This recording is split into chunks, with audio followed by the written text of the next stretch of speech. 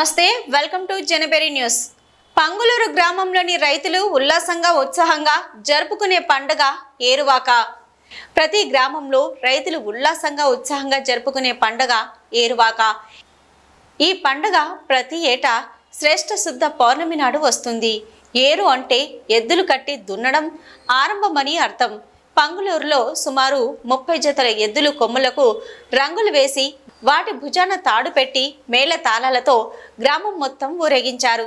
పంగులూరు గ్రామంలోని సెంటర్లో వినాయక స్వామి గుడి చుట్టూ ప్రదక్షిణాలు చేసేవారు.